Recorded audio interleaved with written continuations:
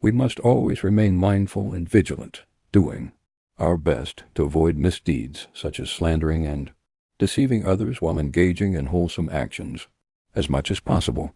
Meanwhile, for the rest of this life we should diligently recite the Vajrasattva mantra and confess all our misdeeds, whether we remember them or not, in the presence of Vajrasattva and other Buddhas or Bodhisattvas who we visualize. Otherwise we can easily fall into hell if the seeds of our negative karma are not destroyed.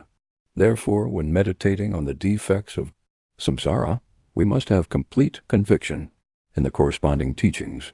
With this conviction, we will establish a solid foundation through preliminary practices, making it more promising as we proceed to the practice of Tantric pith instructions.